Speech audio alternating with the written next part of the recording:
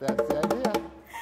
欢迎回到 So LA 一把抓。我们今天的节目呢，带你去看这个乐器制作的过程哦。那么也认识了一些这个乐器的制作家。但其实呢，这些制作家呢，他们可能本身并不是一个很厉害的这个表演者或是这个音乐家，但是呢，他们对于乐器的制作呢，可都是投入了非常多的心血。我们刚刚看过的是这个制作这个 bongo 的，那么接下来呢，要带你去看这个吉他的制作。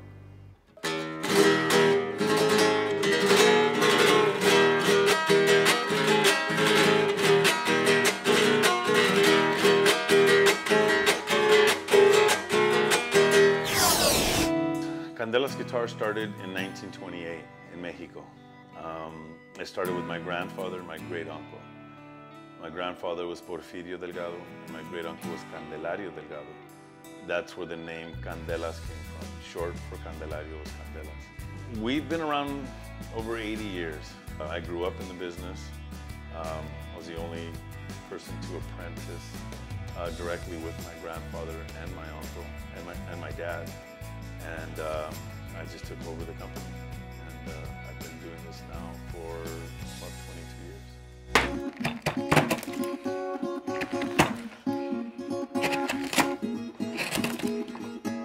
Okay, I make traditional flamenco guitars.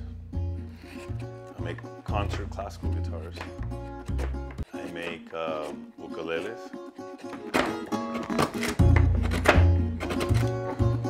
Every part of building the guitar, especially at the end when you're refinishing and finalizing the instrument, you really get close to it. You really get to know the guitar. And then when you get to hear it, it's like it has its own voice, and that's a special feeling. That's pretty amazing. Candelas 吉他店现在是由第3代的 Thomas Delgado 坐镇，遗传到祖父以及父亲的生意头脑和精巧的手艺。Thomas 是最理想的家族事业继承人选。但其实年轻的他最早只想玩吉他，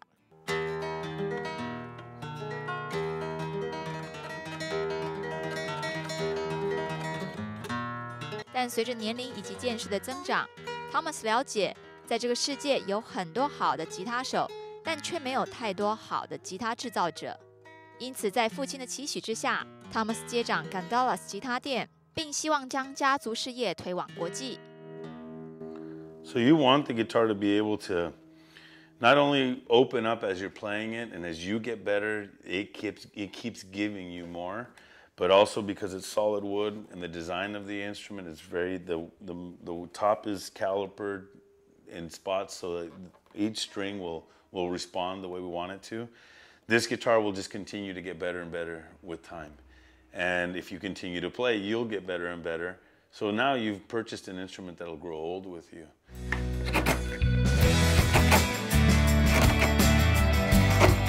Wood selection is very, very important. One of the big things is when I took over the company, we already had a large amount of Brazilian rosewood and stuff. Right now, my flamencas that I'm building with, I dated the cypress in 1992, and I'm using that wood right now to build with.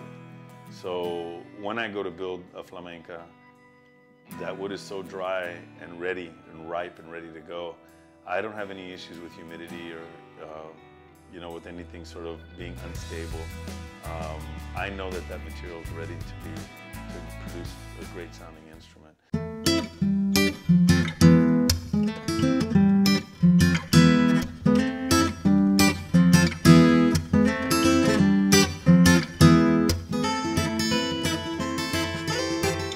I also work in restoration, which has actually become a pretty big part of what I do, and very rewarding work. Here I have a 1958 Candelas made by my great uncle, Candelario Delgado. And they have shipped this guitar to me to go through it, some of the minor stress cracks on it, refret it, clean up the finish a little bit and just give it a tune-up. But I also get some that are pretty damaged and I have to restore them completely. This is a Bugatti. This instrument came to me with no bridge, no pegs, no strings obviously. Had some damage on the neck, damage on the back, and I completely renovated this instrument. I had to study the history of Bugatti. When I get an instrument like a Bugatti or a Reyes or a Torres.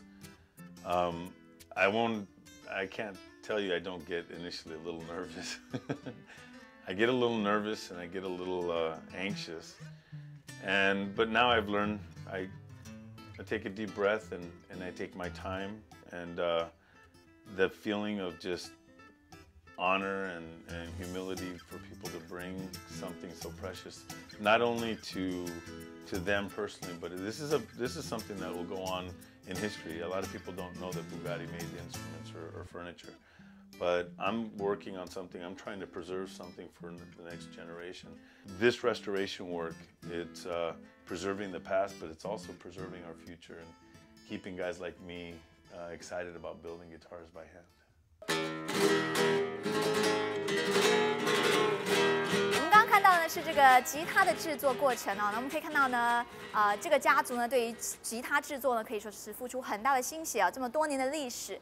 那么呢，其实呢，我觉得呢，任何一个伟大的音乐家呢，他幕后呢都有这些非常重要的推手，可以提供给他们这个最好最棒的工具，让他们可以创作出更多更美好的音乐。OK， 我们接下来呢要带你去看的是这个小提琴还有大提琴的这个制作过程，不要错过，马上回来。下一站要带您探访的是制造小提琴的 Michael Fischer， 千万不要错过，我们待会见。